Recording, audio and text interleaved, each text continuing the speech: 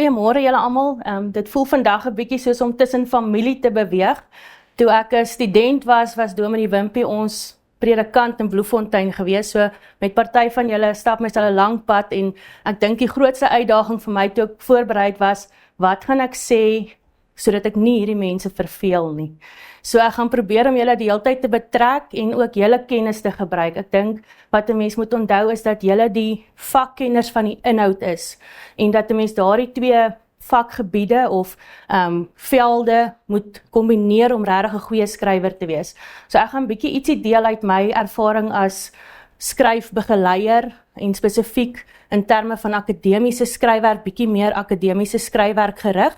En dan, ek dink wat ek wil sê om die sessie mee af te skop, is ons maak baie keer die fout om te dink dat skryfwerk 'n stel reëls is wat ek moet leer. Dit is soos verkeersreëls. Wanneer ek die reëls ken, pas ek dit toe en dan is ek 'n goeie skrywer. En ek dink, dit is hoekom ons partykeer, as ek dan gaan sit en skryf, dan wonder ek, maar hoekom is hierdie vir my so moeilik? As dit dan nou net 3 reëls is wat ek moet toepas, hoekom sukkel ek? En ek dink wat ons moet in gedagte hou, ek sê altyd vir die studente, wat as eerstejaars instap en eintlik heeltemal in 'n nuwe skryfomgewing beweeg, sê ek dit is soos om te leer om te eet met 'n lepel. Aanvanklik was dit vir jou baie moeilik en as jy vandag terugkyk, dan weet jy nie hoekom was dit vir jou moeilik nie. Okay, so of om 'n motorvoertuig te bestuur. So ek kan vir jou sekere wenke gee en sekere goed vir jou uitlig en sê, kyk hierna, wees versigtig hiervoor. As jy hierdie doen, maak jy die lewe vir jouself moeilik, maar op die ouende is dit 'n bietjie soos 'n spier wat mens oefen. So hoe meer jy met hierdie beplanningsstruktuur gaan sit en dit oefen, hoe makliker gaan dit vir jou word. En wanneer jy dan, ek wil sê, die vaardigheid begin bemeester, dan gee dit vir jou ruimte om lekker rond te speel, kreatief te wees, beelde te gebruik. So een persoon het nou gesê, daar is tog iets van jouself in skryfwerk en mens moet dit nie verloor nie. So ons praat van jou eie stem. Jou eie akademiese stem is belangrik in enige artikel wat jy skryf. Maar as net jy jou stem kan volg, dan help dit nie jy skryf nie. So ons gaan vandag 'n bietjie in my sessie, Christa het, ek wil sê met 'n wye tregter begin en ons gaan dit nou 'n bietjie nouer maak. So ons gaan spesifiek fokus op een genre. Sy het daarna verwys as tematiese artikels. So ek praat sommer van populêre akademiese artikels. Dit het redelik baie ooreenkomste met akademiese artikels, maar spesifiek dan populêre akademiese artikels gerig op die boodskapper. So wanneer ons kyk na wat ons gaan doen in hierdie sessie, gewoonlik wanneer jy begin met 'n artikel, jy ontvang 'n onderwerp van die redakteur van die boodskapper af en dan moet jy op 'n manier wegspring en begin skryf. En die tweede ding is jy moet dink oor hoe gaan jy hierdie teks struktureer? So hoe gaan ek my leser begelei deur die proses om die boodskap wat ek wil oordra te bly volg? En dan laastens, en ek hoop dat as 'n mens die eerste 2 sinvol gedoen het, dat 'n mens nie so gereeld by punt 3 uitkom nie. So hoe verkort ek 'n teks? En die spyker wat ek daar wil vaslaan is, wanneer ons tekste verkort, dink ons dikwels oor wat moet ek uithaal. Maar ek wil hê mens moet begin dink oor wat moet bly. So dit maak nogal dat 'n mens anders kyk na jou teks. Nie wat moet ek skrap nie, maar wat moet bly. Nou, terwille daarvan, om 'n paar goed meer duidelik te maak, gaan ek punt 2 in 1 omruil vir die aanbieding. Alhoewel 'n mens eers beplan en dan skryf, gaan ek vandag wegspring met voorbeelde van skryfwerk en dan gaan ons terug na, as ek op 'n sekere manier wil skryf, dan gaan ek op 'n sekere manier moet beplan. So ons gaan dan die beplanningsgedeelte tweede doen. Nou, ek was bang ek moet te veel praat, so ek het vir julle werk vooraf uitgedink. So hierdie voorbeelde is geskryf met of die inhoud wat uit boodskappers kom, of dit is voorbeelde net so uit die boodskapper, maar julle sal sien daar's elke keer 2 paragrawe. Die inhoud is dieselfde, maar die manier waarop daardie inhoud verpak is, lyk nogal verskillend. So ek gaan so vir 'n oomblik stil bly en dan wil ek hê net die 2 paragrawe lees en in jou kop 'n besluit neem oor watter paragraaf is beter gestruktureer. Okay, nou dis nie te sê een van hierdie paragrawe is volmaak nie. Ek dink skryfwerk gaan ons eers vervolmaak wanneer ons eendag in die hemel is. So 'n mens oefen die hele tyd en jy kan verbeter, maar daar's duidelik een paragraaf wat beter gestruktureer is. So met die opsteek van hande, so jy kan afkyk by iemand as jy nie seker is nie, wil ek net weet, sê jy 1 of 2? Watter paragraaf is die beter paragraaf? 1 of 2? Die lekker deel van 'n familielid, as dit 'n familielid is wat voorstaan, dan kan jy sê jy praat nonsens, en jy moet eerder nou aanbeweeg, en jy weet nie waarvan jy praat nie. Maar as ek so kyk na die gehoor, het die meeste van julle nommer 2 gekies. En dit is die regte antwoord, as mens dink oor goeie skryfwerk. So ek wil weet, wat maak dat nommer 2 vir jou beter lyk? Net op instink, hoe lyk 2 anders? Wat sien julle raak by paragraaf 2? Vir my is dit, daar's 'n patroon, hy vat jou saam. Die tweede ene, daar's 'n vloei. Ja. Die ene is grondfeite en dit is, ek verstaan wat die feite sê, maar die tweede ene is 'n storie. Hy loop my pad saam met jou. So daar's 'n vloei, so jy kan die argument makliker volg. Die emosionele het my gevang, die spanningskwaliteit wat die woordkeuse het. Okay, die woordkeuse. Nog iets, ja? Daar's 'n duidelike raamwerk wat geplaas word alreeds en nog nie, en dan word daar raamwerk gevul met die inhoud wat ooreenstemmend is met van wat in die eerste paragraaf gesê word, maar die eerste paragraaf maak dit bietjie moeilik om te sien hoe vals hy al die dinge bymekaar. Dit word baie meer gefokus op spesifieke toepassing van die uittyd as die alreeds in die norm. Okay. Nou die lekkerte van wanneer mens na skryfwerk kyk, dan kan 'n mens gewoonlik klomp goed sien wat dalk swakker is of beter gedoen is. Die probleem lê daarby oor hoe gaan ek dit nou regkry? Wat moet ek doen wanneer ek skryf om 'n goeie skrywer te wees? En ek gaan vir jou 'n paar goed uitlig. Ons gaan met verskillende 3 voorbeelde werk en ek wil jou oor rig op 'n paar goed in terme van die tweede paragraaf. So, julle het gesê hy vloei beter en daar's 'n spesifieke rede hoekom daardie paragraaf beter vloei. So as ons kyk na die eerste sin van hierdie 2 paragrawe, so net na die eerste sin. Die boonste paragraaf sê die Bybel verwys op verskeie plekke na die eindtyd. So die persoon begin met 'n feit. Daar's nie iets om op uit te brei nie. Daar word nie 'n standpunt ingeneem nie. So onmiddellik, wanneer jy jou paragraaf met 'n feit begin, dan gaan die res van jou paragraaf eintlik maar net uit nog losstaande feite bestaan. So dan is jy besig met 'n opsomming. So dit is een van die slaggate om vooruit te kyk. Wanneer ek skryf, begin ek gewoonlik nie my paragraaf met 'n feit nie. Want as jy 'n feit gegee het, is daar nie iets om oor te redeneer of te debatteer of iets om te verduidelik of uit te brei of uit te bou nie. Nou ons praat in akademiese skryfwerk van 'n argument wat jy volg en daarmee bedoel ons nie jy debatteer vir of teen iets nie, maar ons bedoel daar's 'n argumentasielyn, so jy het 'n stelling wat jy wil uitbou of wat jy wil uitbrei. So as ons kyk na hierdie tweede paragraaf, dan staan daar die Bybel beskryf die eindtyd as 'n spanningsvolle tydperk, veroorsaak deur die feit dat sekere dinge reeds gegeewe is, maar ook nog nie volledig afgehandel is nie. So onmiddellik is daar iets om op uit te brei. Ek kan verduidelik wat is reeds afgehandel, wat is nog nie afgehandel nie. Ek kan met voorbeelde werk. Ek kan 'n beeld gebruik om te verduidelik hoekom ek sê sekere goed is afgehandel en sekere goed is nie afgehandel nie. Ek kan byvoorbeeld sê hoekom veroorsaak dit spanning. So wanneer ek, en ons praat dit in skryfwerk van 'n tema sin, so dit kondig eintlik vir jou die tema aan van die paragraaf. Wanneer ek met 'n tema sin werk, dan is dit ook maklik om my paragraaf te struktureer. Want dan elke sin wat volg op die eerste sin, moet terug verwys na die eerste sin. Daar moet 'n skakeling wees. So ek moet vir myself vra, is hierdie 'n voorbeeld? Is dit 'n illustrasie? Is dit iets wat ek nou definieer? Hoekom sluit ek dit in my paragraaf? So dikwels as jy 'n skrywer is wat sukkel om by een punt te bly, of jy dwaal af van die punt af, ons almal ons ken ons leemtes in terme van skryf, dan is hierdie, ek wil sê 'n goue reël om seker te maak, jy begin met 'n argumentstelling, 'n temasin. En die gevaar wat studente dikwels doen, hulle sal vir jou sê, in hierdie paragraaf word daar gefokus op dit wat al afgehandel is en dit wat nog nie afgehandel is nie. Okay, so 'n temasin is nie 'n aankondigingssin nie. 'n Temasin is 'n stelling wat jy maak waarop jy kan uitbrei in die res van jou paragraaf. Dan, as ons kyk na die tweede en die derde sin, dan gebruik die persoon voorbeelde om daardie temasin uit te bou. So die persoon gee voorbeelde van dit wat hy, van die stelling wat hy gemaak het in die eerste sin. En dan gee die persoon 'n bron waarin hierdie voorbeelde bespreek word of waarin daar oor hierdie tema gepraat word. Iets wat ek ook wil hê wat julle moet oplet na, As ons kyk na die eerste paragraaf se laaste sin, dan staan daar, teoloë het oor hierdie sake geskryf, en dan sê hulle in watter boek. So eintlik lys hulle net die bron. So die sinvolheid van die bron is nie werklik sigbaar nie. Mens weet nie eintlik hoekom het hierdie persoon na die bron verwys, of hoe skakel dit met die teks. So as jy 'n bron gebruik, moenie net die bron se inhoud inplak in jou paragraaf nie.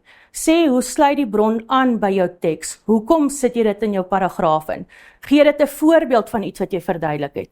Gee die bron 'n beeld, 'n mooi beeld. So in hierdie bron word hierdie beeld mooi beskryf. So verduidelik wat is die doel van die bron wat jy gebruik wanneer jy skryf. En dan laastens wat 'n mens ook kan sien in hierdie paragraaf, die eerste paragraaf slot redelik stomp. So die persoon het nou vir jou 'n hele klomp feite gegee, maar jy weet nie eintlik wat wou die persoon daardeur bereik het nie. Wat is die argument? Wat wou die leser jou van, of die skrywer jou van oortuig? Hoekom het die persoon hierdie paragraaf vir jou geskryf? So ek dink, wanneer ons artikels skryf, is dit so bietjie om heeltyd met jouself te praat en te vra, hoekom skryf ek hierdie paragraaf vir die leser? En as dit vir jou moeilik is, hoekom skryf ek hierdie paragraaf vir Piet of Sunny in my gemeente? Nee, want dis op die ouene vir wie jy hierdie artikel skryf, is vir die breër kerkgemeente, vir die APK lidmate. Nee, en dalk 'n bietjie van die wyeer publiek, daar's dalk ander mense wat ook dit lees. Maar hoekom wil ek dit vir hom skryf? Wat wil ek by hom tuis bring? Nee, so 'n paragraaf sluit altyd af met dit wat jy wil tuisbring by die leser, of jy herinner die leser aan die argument wat jy wil oordra. So daar's eintlik, as mens dink oor 'n paragraaf, 'n sirkel effek. Jy begin met jou stelling, en dan verduidelik jy die stelling, en dan jou laaste sin is gewoonlik of 'n afleiding uit dit wat jy geskryf het, of om aan te dui, hoekom is hierdie betekenisvol, hoekom is dit relevant, hoe is dit relevant vir vandag se lewe. So jy rig jou leser om te weet, hoekom het ek nou hierdie gelees, wat is die sin daarin? As jy nou, as jy nou 'n artikel skryf, is jou aanbeveling dat elke paragraaf so hier dit op.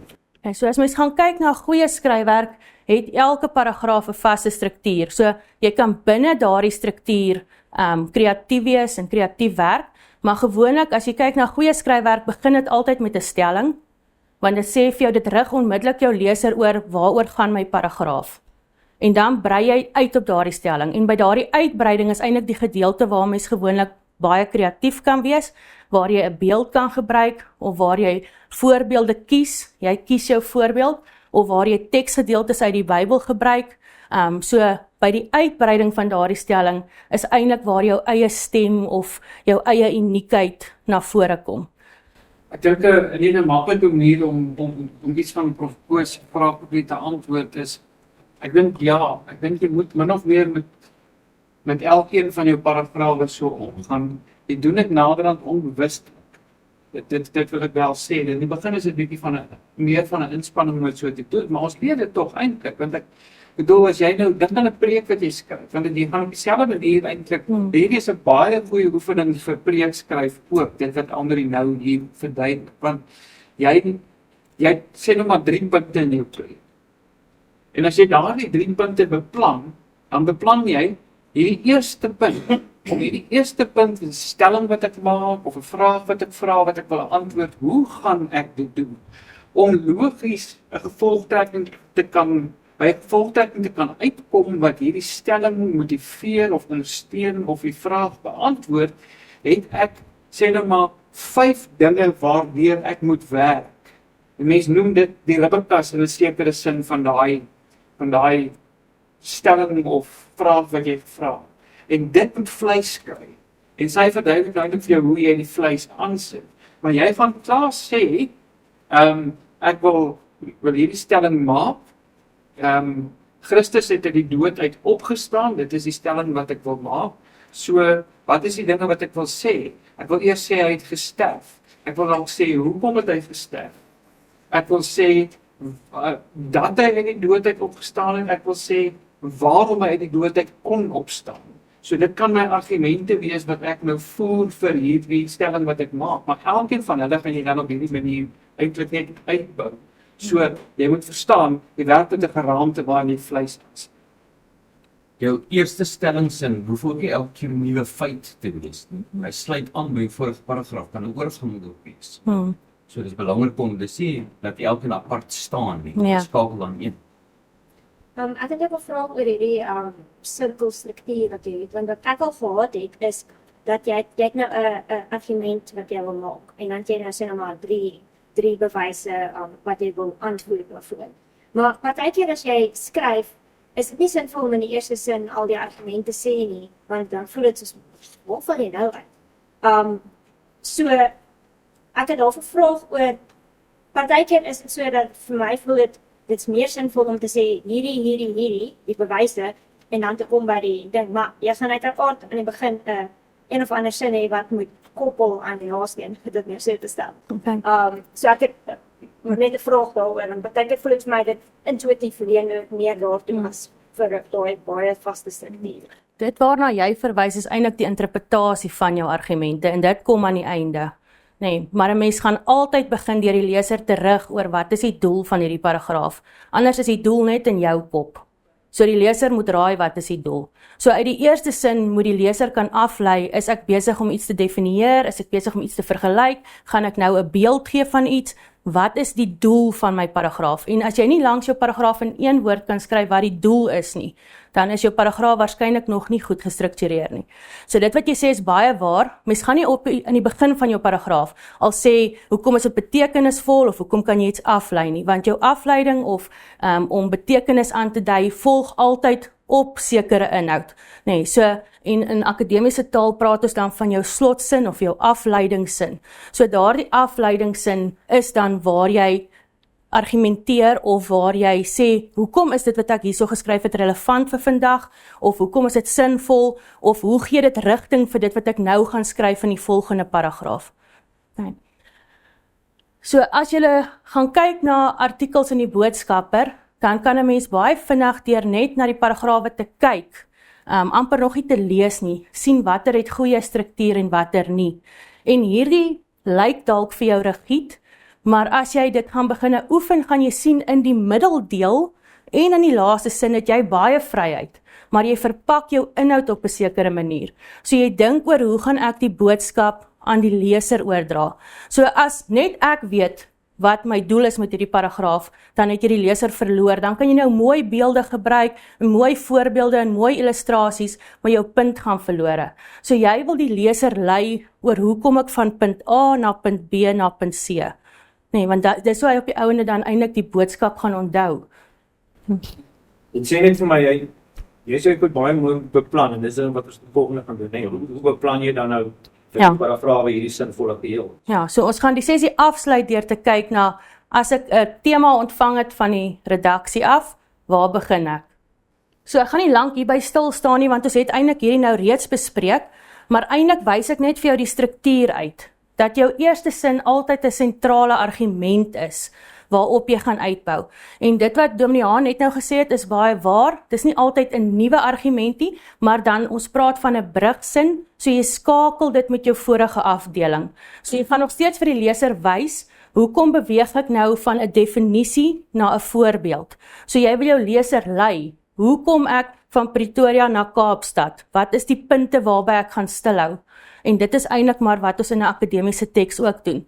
So dan werk jy, en hier in die middeldeel is waar jy baie kan afwisseling hê. Jy kan of met voorbeelde werk, jy kan met bewyse werk uit bronne, maar dan moet jy duidelik sê, hoe skakel die bron? Jy sit nie in die bron se inhoud nie, jy verduidelik oor hoekom is hierdie bron belangrik. Jy kan met 'n beeld werk. So in die middeldeel kan ek afwissel in my teks. So elke teks hoef nie net 4 paragrawe met net voorbeelde te hê nie. Nee, dan is ons bietjie soos papegaaie afgerig en dan op die ouende verlore mens jou uniekheid as jy skryf. En dan die laaste gedeelte, en dis waaroor jy gepraat het, wat ek dink amper die belangrikste is wanneer mens skryf, is om dan uit hierdie inligting hierbo te sê, wat is die argument wat ek nou by jou wil tuisbring? As ek jou net met een ding kan los, wat is dit? Wat is die gedagte? Hoekom is dit betekenisvol? Hoe is dit relevant vir vandag? Of dikwels partykeer, wanneer jy iets byvoorbeeld net gedefinieer het, dan gaan jy nou nie eintlik aandui hoekom is die definisie betekenisvol noodwendig nie, maar dan gaan jy in jou laaste sin skryf, hoekom is hierdie definisie belangrik vir dit wat nou gaan volg? Hoekom moet ek die definisie begryp om die res van die teks te verstaan? So dis of 'n skakel met jou vorige of jou volgende paragraaf, of 'n samevatting van hierdie paragraaf. Ok, hier's nog 2 voorbeelde. Ek gaan weer vir julle tyd gee om net vinnig daardeur te werk en dan gaan ek 1 of 2 goed uitlig. Is daar iemand wat wil terugvoer gee oor wat vir hulle wat hulle opmerk, wat vir hulle uitstaan? Hoe lyk die 2 paragrawe vir hulle? Watter een dink julle is beter geskryf? Begin. Wel, ek dink die eerste paragraaf staan vir my sterk in vergelyking met die tweede een.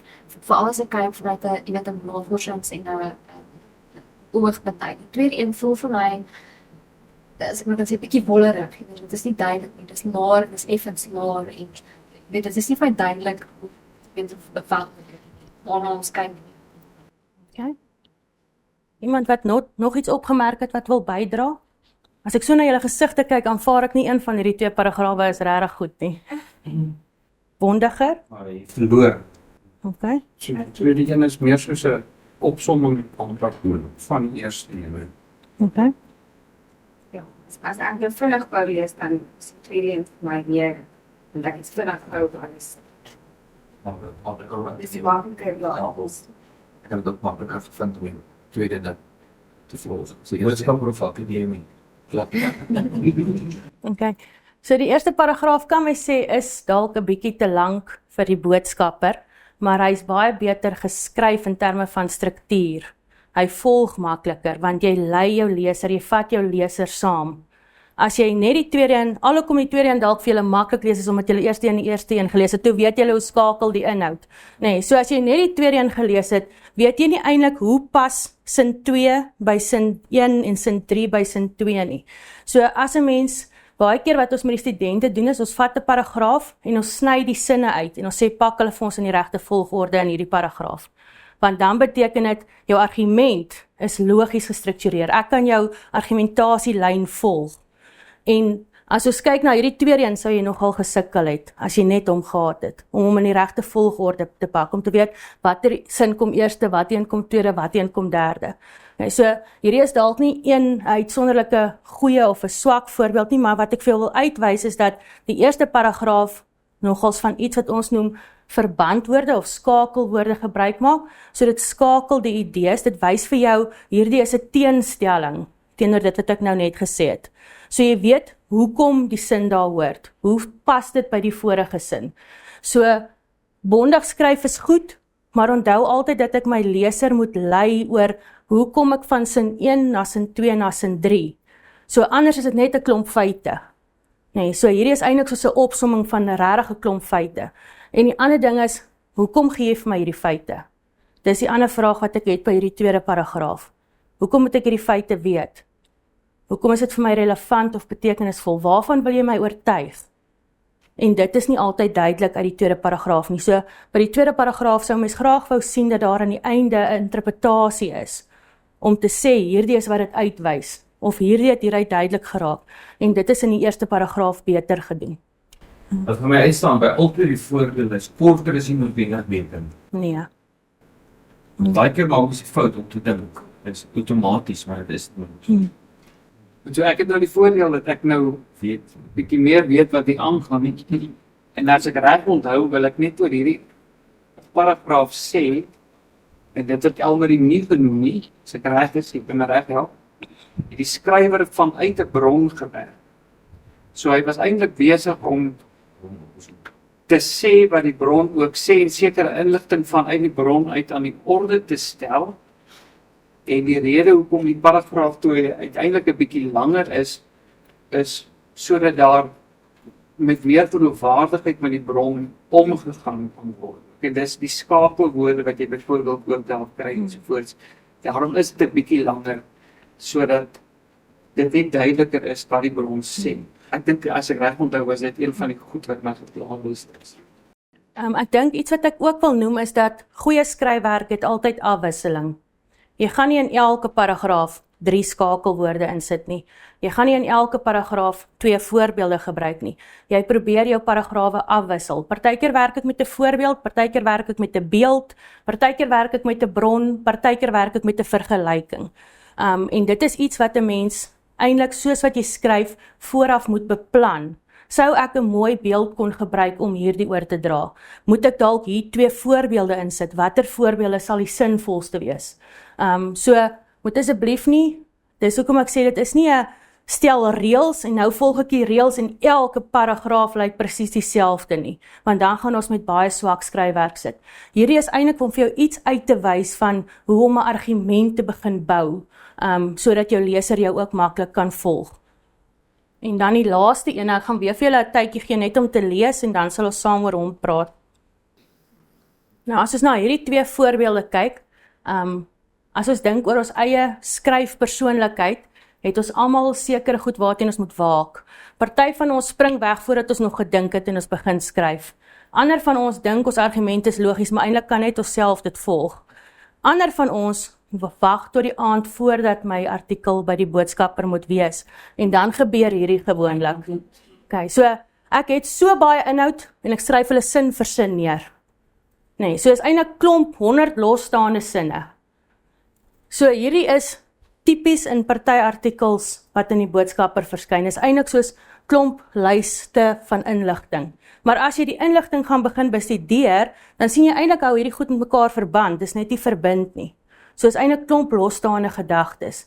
So en ek dink daarom moet 'n mens waak daarteen om te min tyd te los vir beplanning en om dit bietjie te laat prit en dan te begin skryf. Okay, so gewoonlik wanneer jy die tema ontvang, is dit nog 'n hele rukkie voordat jy die artikel moet skryf.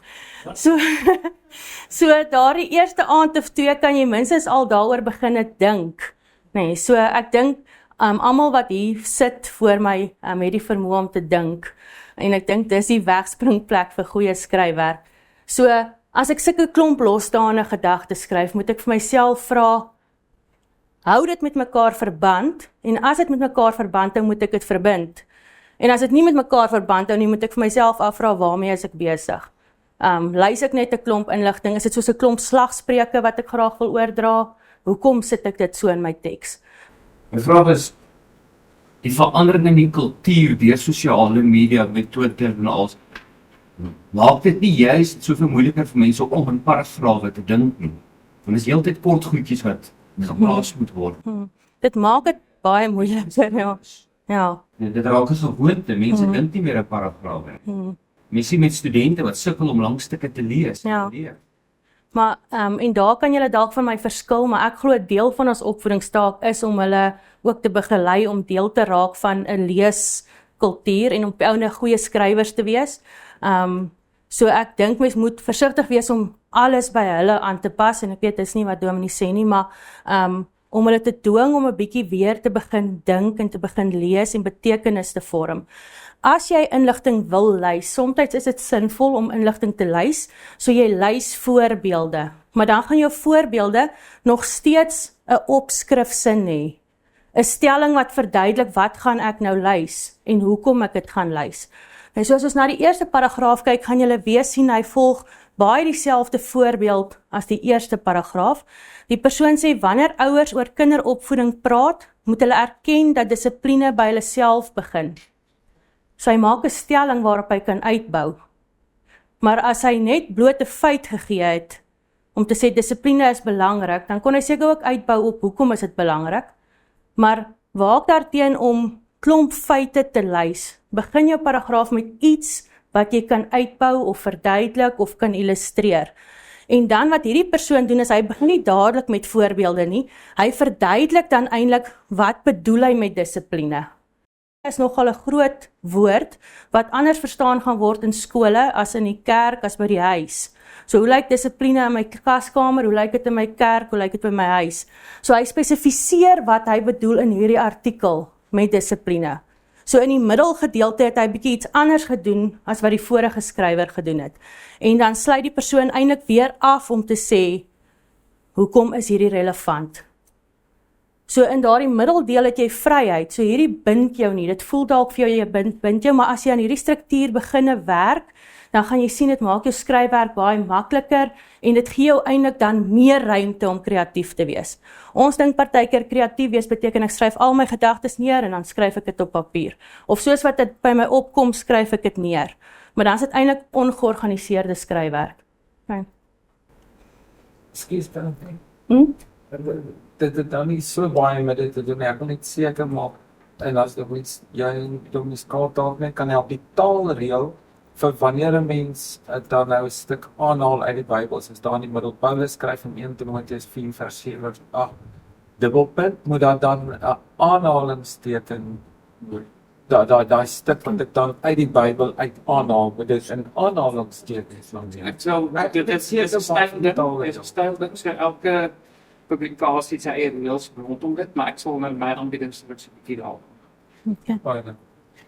So, iemand belangrik het gesê, 'n teks met 'n hegte struktuur kan verder verfyn word deur goeie formulering, maar 'n teks met 'n slegte struktuur is nie te red nie. En ek dink dikwels wat ons doen is, wanneer ons 'n teks geskryf het en iemand moet hom vir ons redigeer, dan probeer hulle hier op die oppervlakte 'n paar goedjies regmaak. Sit 'n sinnetjie by, sit 'n woord by, skuif die sin rond, maar op die ouende verbeter dit die artikel, maar dit verbeter nie die diepgaande struktuur nie.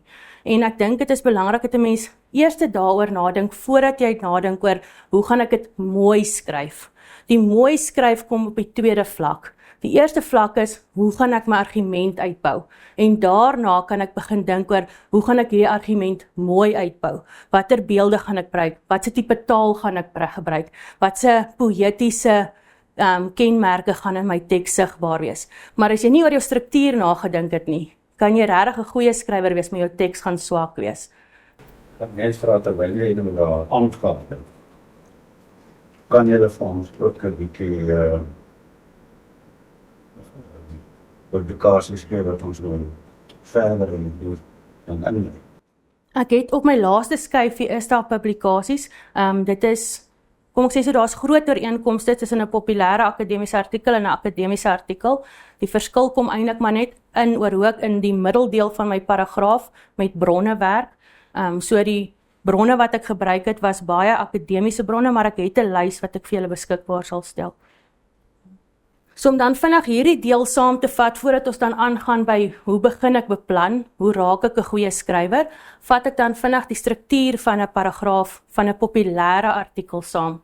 Okay, so die struktuur van 'n rubriek gaan bietjie verskil, die struktuur van 'n huldeblyk gaan heeltemal anders lyk, en selfs die struktuur van 'n akademiese artikel het 'n klein bietjie 'n verskil teenoor dit wat ons op die bord sien, en daarom is dit belangrik oor wanneer ek lees, dan oefen mense dit eintlik in om nie meer net te lees vir inhoud nie, maar om te begin kyk oor wat doen ander skrywers. So as jy regtig lief raak vir taal, dan raak jy later so vasgeval in hoe goed hierdie persoon skryf, jy vergeet eintlik die inhoud. Jy kyk eintlik, wat doen hierdie persoon met taal, hoe werk hy met taal, hoe bind hy sy idees, en dis 'n ander wêreld wat vir mense oopgaan. So wanneer jy lees in 'n genre, en jy het besluit, Koos is 'n goeie skrywer, let op na wat Koos doen, of Piet is 'n goeie skrywer, let op na wat Piet doen. Wat maak Piet se skryfwerk vir jou goed, of wat maak Koos se skryfwerk vir jou goed? En dan begin 'n mens bietjie anders kyk, as om net na die inhoud te kyk. So as ons dink oor die struktuur, dan sê mens, begin jy jou paragraaf met 'n standpunt of argument of 'n stelling, iets waarop jy kan uitbou, of jy begin met iets wat ons noem 'n brugsin, so dit verwys eintlik terug na jou vorige idee, om te sê, hoe sluit hierdie nou aan by my vorige idee, ek gaan eintlik nog daarop uitbou. Jou tweede gedeelte is dan jou grootste gedeelte van jou paragraaf. So dit is waar jy dan uitbou op daardie stelling of argument of standpunt. Jy verduidelik dit, jy gebruik skrifgedeeltes in julle gevalle of geval, jy gebruik bronne, jy gebruik 'n beeld en jy wissel dit af. Jy probeer nie almal in een paragraaf indruk nie. So jy vra vir jouself af, wat gaan die beste binne hierdie paragraaf funksioneer en wat wil ek bereik? Daar skryf jy ook vir jouself neer, wat is die doel van my paragraaf? Is dit om iets te definieer? Is dit om iets te vergelyk? Is dit om iets te illustreer? Want dit bepaal wat ek gaan doen in my uitgebreide idees. En dan laastens, En ek dink, hierso speel julle 'n baie belangrike rol, want ek dink dis eintlik die doel van die boodskapper, is om te sê, hoekom is hierdie betekenisvol? En daar is julle die inhoudskenners, en julle is die rigtingwysers. So hoekom is dit betekenisvol? Wat is die sin hieraan? Hoekom moet ek dit verstaan? Wat beteken dit vandag vir my? So is om eintlik die argumente te interpreteer of 'n afleiding daaruit te maak. Okay, so dis dan die so what gedeelte.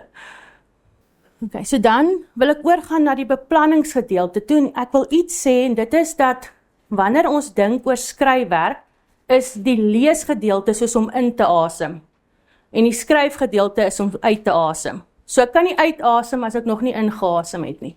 En baie van ons studente doen dit. So as mens kyk na studente, hulle wil uitasem, al het nog niks ingeasem nie. Want hulle is baie slim, en al baie kennis wat hulle het om neer te skryf, maar eintlik het hulle nog niks gelees nie. Okay, so by studente moet ons baie fokus op, wat asem ons in? Ek moet eers inasem voordat ek kan uitasem.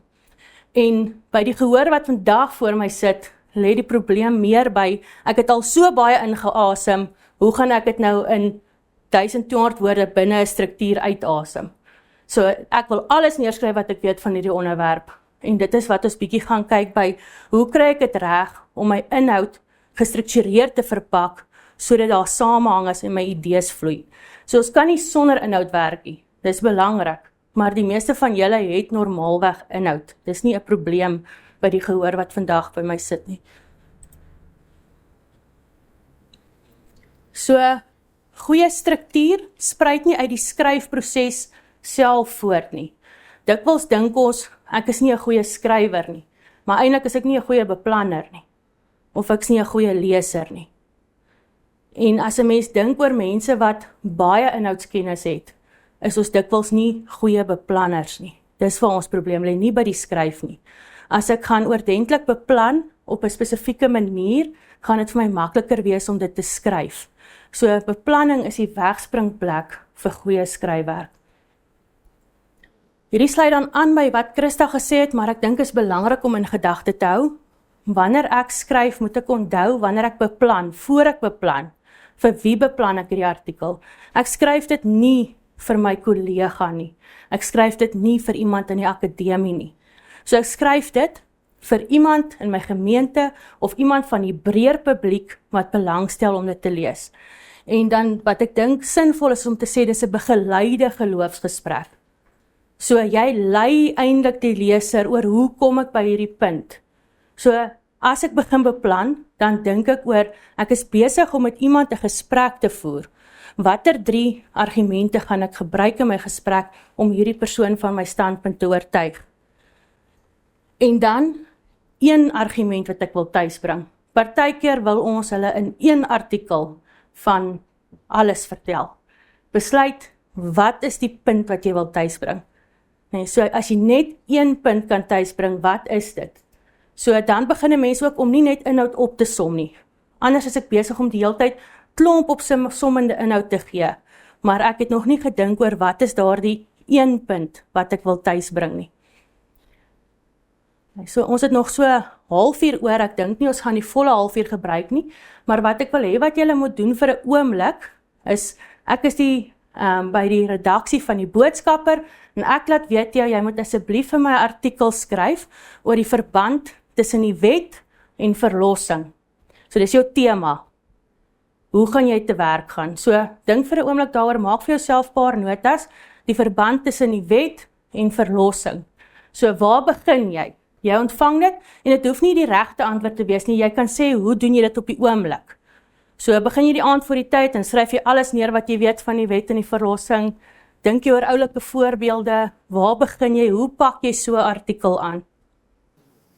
Oor wat gaan jy nadink terwyl jy skryf? Wat gaan jy in gedagte hou? So jy ontvang 'n tema, en die tema is die verband tussen die wet en verlossing, en hoe gaan jy 'n artikel daaruit formuleer? En dan 'n opvolgvraag, wat verstaan jy onder beplanning? So as jy dink jy moet 'n artikel beplan, wat dink jy sou dit behels? So dit lyk vir my vir die meeste persone klaar is, so ek wil graag by julle hoor, as jy 'n tema ontvang en jou tema is die verband tussen wet en verlossing, waar gaan jy begin? Daar's nie definitief nie net een regte antwoord nie. So almal gaan dit verskillend aanpak en daarom ons is uniek en ons is uniek geskape. Maar waar begin julle? Dominee Wimpie gaan by Dominee begin. By die Bybel. Okay. By die Ja, as ek gaan kyk na Bybelkonkordansie, wat sê die Bybeltekste oor hierdie twee temas? As jy in die konkordansie gaan kyk, wat sê dit oor wet, wat sê dit oor verlossing, hoe bring dit mekaar in verband? En uiteindelik het my konkordansie my vat na die wet as tigmeester. Galasiërs 3 vers 24-25 en dan is die tema waaroor dit daar gaan is, die wet is die tigmeester na Christus en ons is nie meer onder die tigmeester nie. So ek sou gaan kyk dan na daardie tema. Ek sou dan probeer kyk na wat is dan die doelwit van die wet as tigmeester. Dis 'n baie spesifieke tema dan binne die groter. Dadelik my gedagte was dadelik om die so wat waarlik wat uitkom. Die ding is, hoekom is dit relevant? My gedagte is dadelik, maar dit is vermoedelijk. So daar begin, hoekom is dit vermoedelijk? Want die wet sê dit. Maar hoe gaan waar kom ek oplossing? Ek moet eintlik by so my indeling dadelik gaan, ek sou my gedagtes is gegaan na, ek moet ook met die leser die weerskiet, maar hoekom het ek, wat het met my te doen? So ek moet dadelik daar begin het, en dan sê ek met daar na die wet, en dan gaan ek eintlik moet ek by verlossing in Christus uitkom. So dis ook 'n baie spesifieke fokus, maar dit verskil 'n klein bietjie van die voorsteen. Is daar iemand wat nog iets anders gedoen het? Adrian, wat het jy gedoen? So ek het 'n tema gekry. Ook jy kan nou moontlik wyg en verwonder aan hom, maar ek gaan sê wie, wat, waar, hoekom en waarom. Ek wil weet waaroor skryf ek en vir wie skryf ek dit. Dan gaan kyk ek wat is die inhoud, die navorsing. En dan gaan ek dink, okay, maar hoe wil ek sê wat ek sê en hoe maak ek dit toepaslik? En saam met dit hou ek die styl en die formaat en die lengte ensovoorts aan gedagte. So ek kan stel vir myself eintlik 'n kolommetjie op waar ek hierdie goeders opstel. En dan as ek dit doen, dan werk ek van daar af. Okay. Hiervoor? So as ek enige opdrag of iets kry, dan wat ek onmiddellik ek werk voordat in 3 fases. So dan eers doen ek die dinkwerk en die navorsing. En dan doen ek die struktuur wat ek nou sê, wat is nou eintlik wat ek wil sê, en dan kom ek by die skryfdeel uit. En ek probeer daai 3 uit mekaar uit soveel as moontlik, want anders raak my kop heel in mekaar. So die heel eerste ding wat ek doen is ek kry net, daar kom 100 gedagtes by my op. Wat ek die ding het, dan moet ek net eers al daas met op papier uitkry. En dan skryf ek dit neer en ek gaan hier is die Bybelgedeeltes wat ek wil en net om my kop skoon te kry, want ek kan nie begin dink oor wat ek doen wanneer ek al daai inligting in my kop het nie. So sodra ek daai goed op papier het, dan kan ek dit nou met flinkpen of wat ook al kry en dan daaruit sê goed, dis wat ek wil doen. So dis maar baie. Dominee Karel? Ek het met hier om die tema dadelik in 300 temas verdeel en dan aan die temas met inligting te gaan soek. Ek moet ook sê, wetspel, beloftes van God, verlossing, bevestig die beloftes, Christus verander die beloftes na werklikheid. En dan die tema van die belofte, wat wil nie weet in die verlossing, dan van daar af dan met navorsing te gaan kyk. Om 'n bietjie met die navorsing te Ek dink in die toekoms hoef julle nie iemand te kry om met julle te kom gesels nie. Julle kan elkeen se sterkste punt identifiseer en dan bied julle 'n sessie aan, want dis klomp goed wat almal van julle reg doen en wat sinvol is. So ek gaan probeer om vir jou raad te gee oor watter proses jy kan volg en binne daardie raamwerk gaan jy nog steeds jou eie unieke manier van doen toepas. Ek moet sê, ek het jou verkeerd gehoor die eerste keer. Ek het gehoor jy sê, wat is die verband tussen die wet en verlossing? Nee. Nie moet verstaan vir die vraag is nie, maar ek het uiteindelik die wet gehoor. Dis my Kalahari formulering wat deurgekom het. Ek formuleer nie mooi rond genoeg nie, so ek werk daaraan. Ja, dit is 'n ander tema. Ja, nee, dis bietjie heeltemal 'n ander fokus. Dit is nog steeds fyn. Ons sal moet fokus op die aspek van die verband tussen die wet en verlossing. Ja. Ek gaan 'n paar gedagtes deel waarvan ek klomp uit die gehoor uit gehoor het. So, wanneer ons dink aan skool of selfs op universiteit, wanneer iemand vir jou sê, handige beplanning in, dan gewoonlik doen jy jou opdrag, dan vat jy papier en dan teken jy hierso gou 'n beplanning en dan handig jy jou beplanning in. En as 'n mens wil 'n goeie skrywer wees, werk dit 'n bietjie andersom. En dikwels dink ons dat die grootste tyd in ons skryf ingaan, maar eintlik moet die grootste tyd hierin gaan. Want as ons hieraan tyd spandeer het, gaan my skryfwerk baie vinniger gaan en baie makliker wees. Okay, so ons los partykeer 80% van ons tyd vir die skryf, ons beplan dalk so 10% en lees 10%, maar eintlik moet dit andersom wees. So my lees en my beplanning is 80% van my tyd en my skryf dalk 20%. Want as ek hierdie sinvol gedoen het, en ek hou nie eintlik daarvan om te praat van beplanning nie, ek praat eintlik van 'n teksplan, 'n visuele teksplan, waar jy dit visueel vir jouself plot. En ons gaan nou baie van julle gedagtes terugbring hiernatoe. Ek dink iets wat 'n mens ook moet in gedagte hou, as jy genoeg gelees het, gaan jou proses 'n bietjie anders lyk as iemand wat dalk nog nie genoeg weet oor die onderwerp nie. Okay, so as ek byvoorbeeld oor die verband tussen die wet en verlossing moet skryf, en dit is my gebied waarin ek regtig die meeste kennis het, gaan ek nie noodwendig nou eers nog lees daaroor nie. Nee, maar as ek byvoorbeeld eers weer wil gaan seker maak van presies wat sê die woord, watter gedeeltes uit die woord kan ek gebruik, dan gaan ek eers begin met die leesproses. Okay, so die leesproses gaan dit wat ek nou wys altyd vooraf gaan. So as jy klaar genoeg gelees het, dan begin jy eintlik hiermee.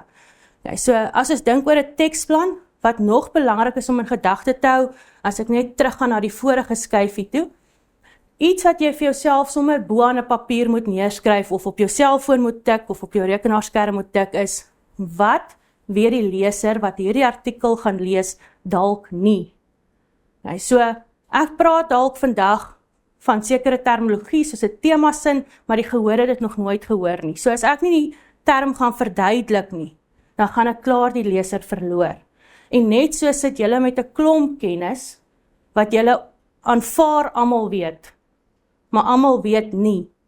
So jy ken die lidmate in jou kerk, jy weet hoe gelyk jou gemiddelde leser. Wat gaan jou gemiddelde leser nie weet nie? Daardie mense wat die artikels lees, is gewoonlik dokters, boere, motorwerktuigkundiges. So hulle is nie in dieselfde veld as jy nie. Hulle lees nie so baie in die veld wat jy lees nie. So wat moet jy eintlik vooraf vir hulle duidelik maak soos wat jy skryf? So jou eie voorveronderstellings moet jy duidelik bo aanskryf. Nee, so hou dit in gedagte wanneer jy 'n artikel beplan. So wanneer jy, en hierdie is 'n voorbeeld, dit aan die regterkant is nie noodwendig volmaak nie, dis net om iets te illustreer. So jy ontvang 'n onderwerp. As jy nie genoeg kennis het nie, dan is die eerste wegspringplek altyd die leesfase. Jy kan nie uitasem as jy nog nie ingeasem het nie. En hierdie is veral op studente van toepassing. Nee, al voel jy het verskriklik baie kennis, lees maar eers 'n bietjie op oor die onderwerp. Maar selfs as predikant weet ek dat ek in sekere temas meer bekend is as met ander, so ek weet wanneer moet ek nog eers bietjie lees en wanneer nie. Okay, so Dominee Wimpie het gesê, hy begin by lees en dis 'n sinvolle plek, want deur te lees, het hy eintlik daardie tema afgebaken. Dominee is Jan, nee, Joubert, het begin by die eindpunt, waarna toe is ek op pad, so dis ook 'n sinvolle manier, wat wil ek bereik met hierdie artikel? Nee, so elkeen van ons begin dink om hierdie tema af te baken. So die eerste wenk is, jy kan nie oor die tema skryf nie, dan som jy 'n klomp goed op. Jy verduidelik wat die wet is, hoekom die wet belangrik is, jy verduidelik wat ons onder verlossing moet bestaan. So eintlik is jy eintlik net besig om 'n klomp opsommende inhoud weer te gee. So besluit, as jy jou skrywer van iets kan oortuig, of hom oor iets kan begelei, of iets by hom tuis bring, en jy moet in een sin verwoord, wat gaan dit wees? En dan bou jy dit uit. So ek ontvang 'n artikel of 'n onderwerp, die eerste ding wat ek moet doen, of die raad wat ek vir jou kan gee, is vat daardie onderwerp, en verander dit in 'n voorlopige vraag. So jou vraag gaan nie in jou artikel verskyn nie. maar dit help jou om te begin beplan. So wat is die vraag wat ek vir die leser wil antwoord? So dit is maklik as 'n mens met 'n vraag wegspring. En as 'n mens dink oor studente wat besig is met akademiese skryfwerk, die dosent gee eintlik ook gewoonlik vir jou 'n vraag. Hulle formuleer dit in die formaat van 'n onderwerp, maar jy kan daardie onderwerp herskryf as 'n vraag. En ek net 'n opmerking maak daaroor. Wees tog versigtig om nie jou vraag die titel van jou artikel te maak.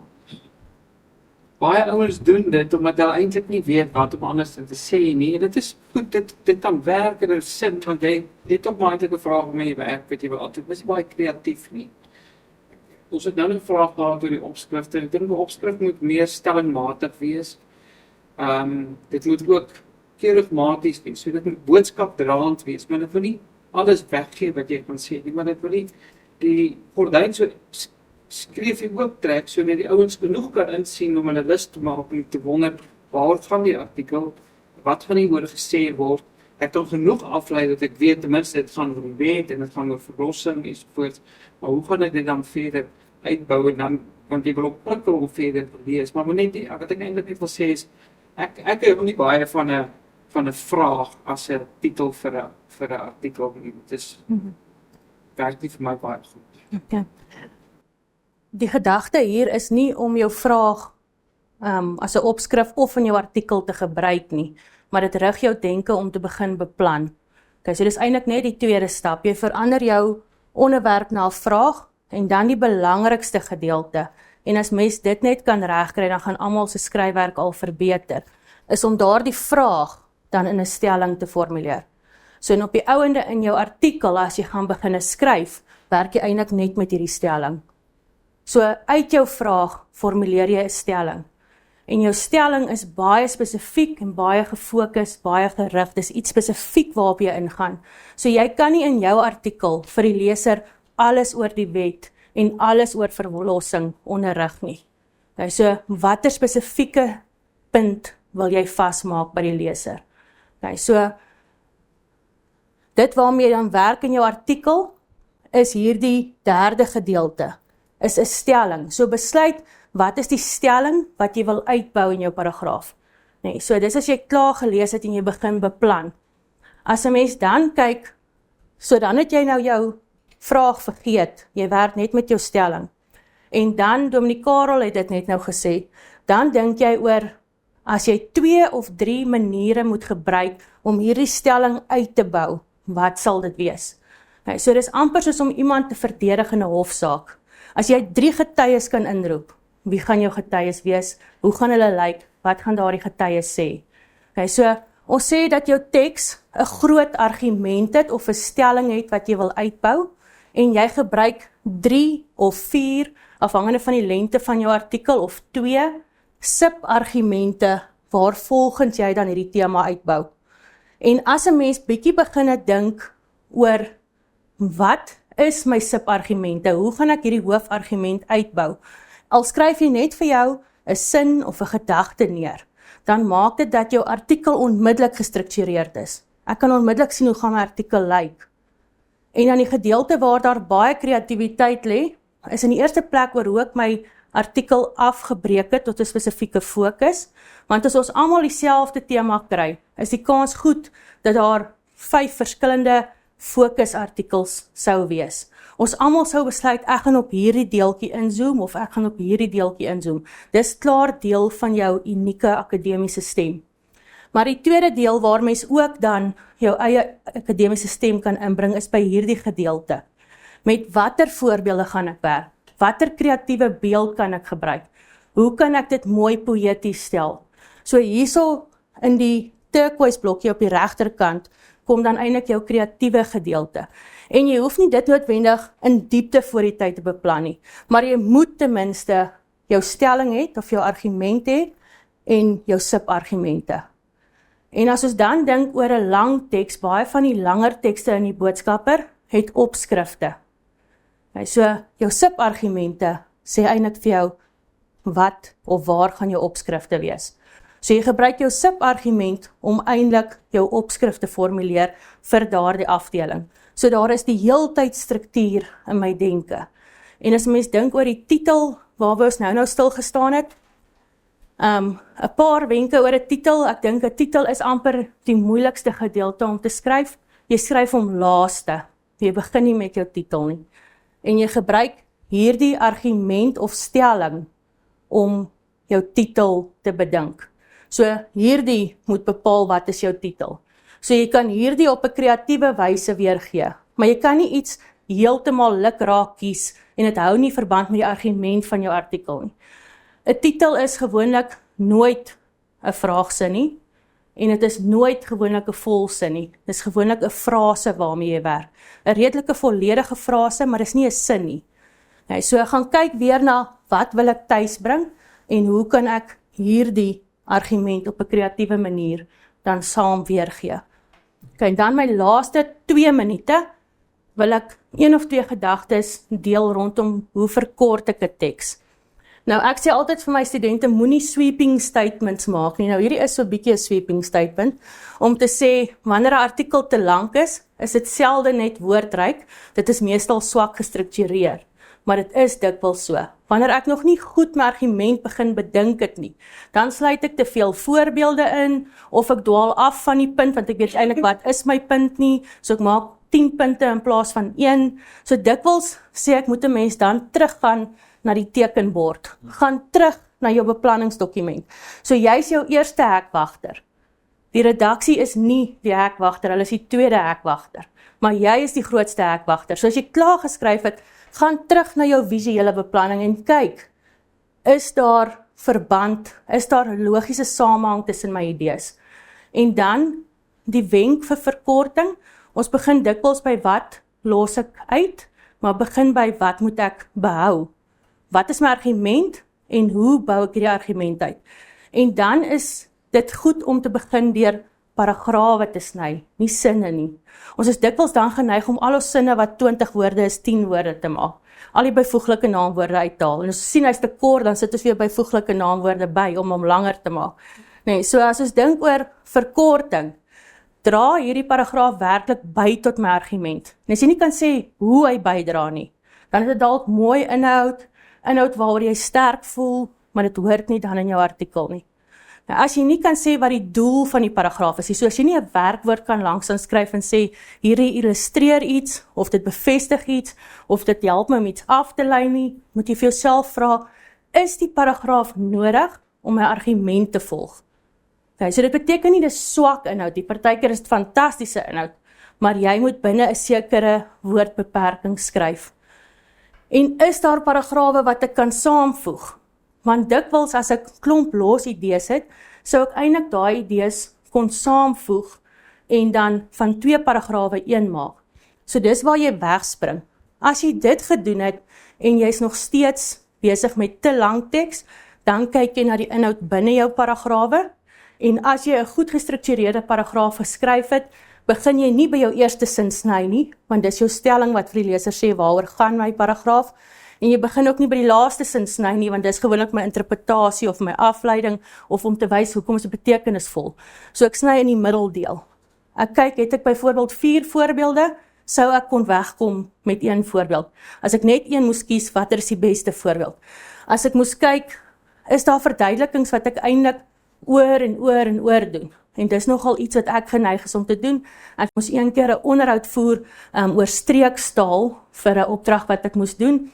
En ek praat toe met die oom wat nou oud is al en hy's in die Kalahari en ek moet dit toe transkribeer en ek sê toe vir my ma, hier's nou net mooi niks aan hierdie opdrag nie, hier's niks wat ek kan uithaal nie, hier kom geen kenmerke voor nie. Toe sê sy vir my, maar omdat jy presies klink soos wat hy klink, wat jy dit nie raak sien nie.